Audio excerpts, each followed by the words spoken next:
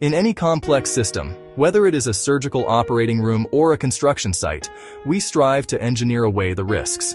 We design safer tools, we build better ventilation systems, we create protocols to eliminate hazards at their source. Yet, despite our best efforts, residual risk often remains. It is in this space, the gap between our engineered safeguards and the persistent possibility of harm, that we find the crucial role of personal protective equipment, or PPE. This is not a primary solution, it is the final, vital layer of defense.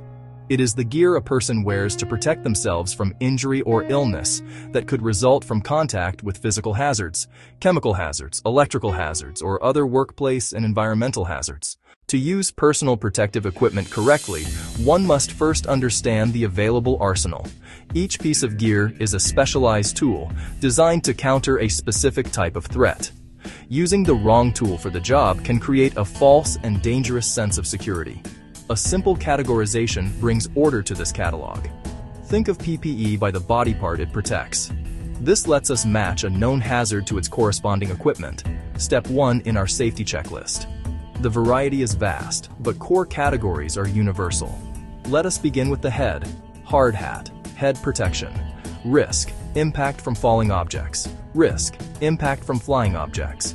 Risk, striking head on fixed objects like pipes or beams.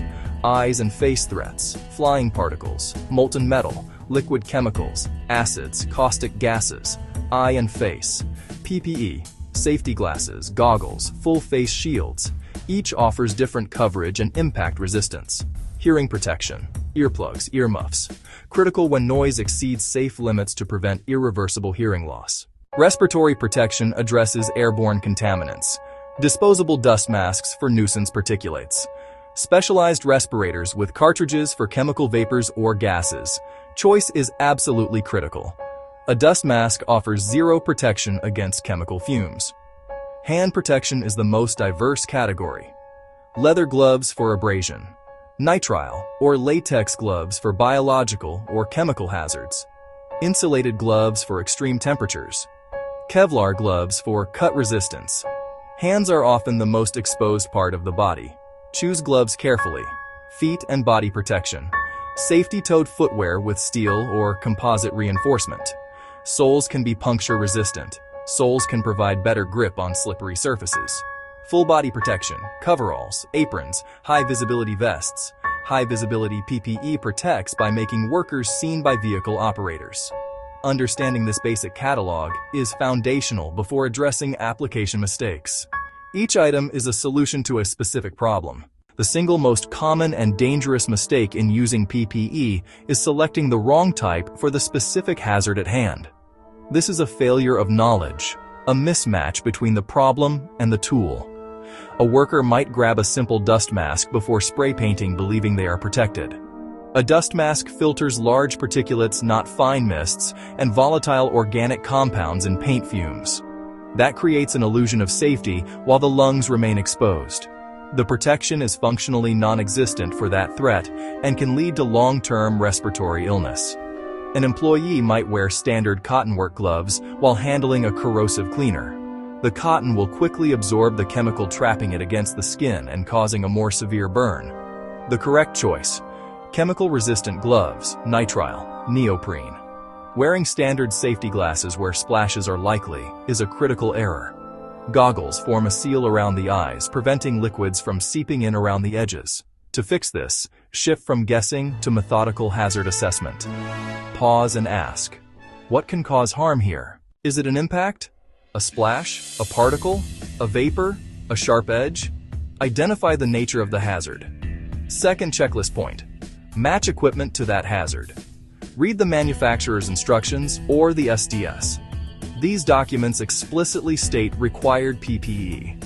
For example, nitrile. Build the habit. Pause and identify. It only takes a small investment of time. First, identify hazards. Second, consult protection requirements. Third, select PPE rated for the hazard and risk. This three-step check replaces assumption with certainty. It ensures your armor is designed for the fight. It turns PPE from a token into an effective barrier. It is the first and most important step in making our final layer of defense reliable. Identify, consult, select every task, every time. Once the correct type of PPE has been selected, the next critical point of failure is improper fit. Equipment that is too loose or too tight fails to provide a complete barrier, creating gaps through which the hazard can penetrate. A hard hat that is not properly adjusted can be easily dislodged by a slight bump or a gust of wind, leaving the head unprotected at the critical moment of impact. Safety glasses that are too wide will leave a space at the temple, creating a direct path for a flying particle to reach the eye. The protection is compromised not by the quality of the equipment, but by the simple, overlooked detail of its fit against the body. The most critical example of this is with respiratory protection. A tight-fitting respirator, whether it is a disposable N95 mask or a reusable elastomeric half mask, is entirely dependent on forming an unbroken seal against the user's face. If the mask is too large or the straps are too loose, contaminated air will be drawn in through the gaps, bypassing the filter entirely. The user inhales the hazard they believe they are protected from. Facial hair, even a day or two of stubble, can be enough to break this crucial seal. This is why many jobs require users of tight-fitting respirators to be clean-shaven. The integrity of the seal is paramount. To correct the error of improper fit, we must incorporate a fit check into our donning routine. This is a simple tactile checklist. For a hard hat, adjust the suspension. Snug, not painful, and it should not fall off when you bend over. For safety glasses, they should sit close to the face, and the arms should be snug over the ears. For gloves, snug enough for dexterity, but not so tight that they tear easily or restrict circulation. Too loose can get caught in rotating machinery, creating an even greater hazard. For respirators, the fit check is a non-negotiable step. There are two simple tests.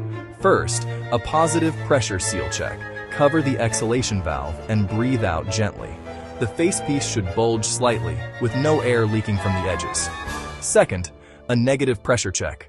Cover the intake valves or cartridges and inhale gently.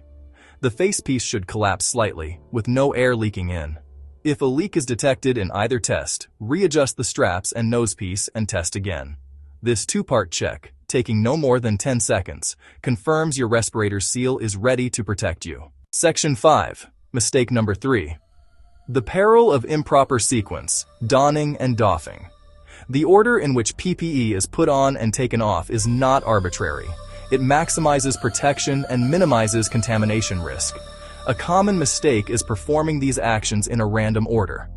That can compromise the ensemble or lead to self-contamination after the work is done. For example, putting on gloves before a face mask can transfer contaminants to the mask and your face. The sequence matters immensely. Follow a simple checklist to get it right every time. General principle: start with the cleanest items and work toward the dirtiest. The dirtiest are typically the gloves. Donning. Step 1. Perform hand hygiene. Donning. Step 2. Put on the gown or coveralls. Donning. Step 3. Put on the mask or respirator and seal check. Donning. Step 4. Eye or face protection. Donning. Step 5. Put on the gloves. This ensures gloves go on last. Doffing is even more critical. Highest transfer risk. Assume the outside is grossly contaminated. Step 1. Remove gloves using glove in glove. Step 2. Perform hand hygiene. Step 3. Remove the gown or coveralls. Step 4. Hand hygiene again. Step 5. Remove eye or face protection by straps. Step 6. Remove respirator or mask from behind, straps only. Finally, hand hygiene and dispose of contaminated PPE properly. Personal protective equipment is not a single-use magic charm. Its protective qualities can degrade with time, use, and improper care. A frequent and insidious mistake is neglect, failing to inspect, clean, and properly store. A worker might toss safety glasses onto a dashboard, where they become scratched and warped by the sun. Next day, visibility is impaired, and plastic may no longer meet its impact rating. A reusable respirator left uncleaned can harbor bacteria, or valves can stick with debris, rendering it useless. The guardian, when neglected, ceases to guard. Some items are single-use. Many are durable but require maintenance. Don't store PPE in dirty, chemical-exposed areas or past expiration. UV embrittles shells, suspensions lose elasticity. Tiny glove tears can allow hazardous seepage. Fix. Treat PPE like any critical tool. Use a simple end-of-use checklist. Clean per instructions. Soap, water, or approved wipes. Air dry completely. Store protected from sunlight, heat, and contaminants. Before every single use, a pre-use inspection checklist must become habit. Hard hat, inspect shell for cracks, dents, discoloration, and check the suspension for frayed or broken straps. Safety glasses. Deep scratches impair vision or integrity. Respirator. Look for tears in rubber or silicone and confirm valves are clean, pliable, functioning. Gloves. Stretch to detect tears, punctures, degradation. If any damage is found, take the item out of service immediately. This brief 2-minute inspection ensures your guardian is fit for duty. A human error is complacency. Partial or inconsistent use. A worker might wear glasses but not a hard hat, or remove a respirator intermittently. Hurry doesn't diminish hazard. Minutes of silica dust still add up to harm. Protection is all or nothing. Wear required PPE 100% of the time. Leaders set the norm. Build a culture where full protection is default. The core argument for using checklists is that they unburden the mind. In complex or repetitive tasks, our memory is fallible. A checklist provides external verification so nothing is forgotten. It standardizes the process, making the safe way the easy way. Make 2 checklists, one for work and a streamlined version for home. Integrate a comprehensive checklist into the daily routine.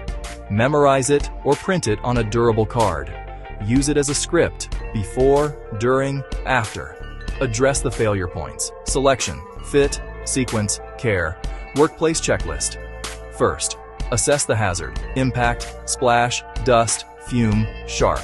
Second, select gear rated for the hazard. Check labels and SDS. Third, inspect for damage. Shells, lenses, valves, fabric. Fourth, check fit and seal. Fifth, don in order. Sixth, doff safely with hand hygiene. Seventh, clean and store properly. At home, keep a small kit. Safety glasses, disposable masks, durable gloves, mowing and yard work, safety glasses, power tools, eye and hearing protection, harsh cleaners, waterproof gloves and ventilation, dusty jobs, disposable N95 style mask. Before you start, do I have the right gear? And is it in good condition? We have dissected the process of using personal protective equipment and identified simple, common, preventable mistakes that can render it ineffective. Failures in selection undermine the barrier. Failures in fit undermine the barrier. Failures in sequence undermine the barrier. Failures in care undermine the barrier. And failures in consistency undermine the barrier. These are not failures of character. They are human limitations in complex, routine environments. We cannot engineer away our fallibility, but we can build systems to manage it. This is the simple power of the checklist. Not revolutionary, just best practices codified into a usable format. They create pause points that force conscious thought. Ensure the 5 critical areas: right gear, right fit, right order, right care, right attitude. Put it on a card, put it on a poster. Free your mind from memorizing every step. Execute reliably, every single time. Make safety a habit, like buckling a seatbelt.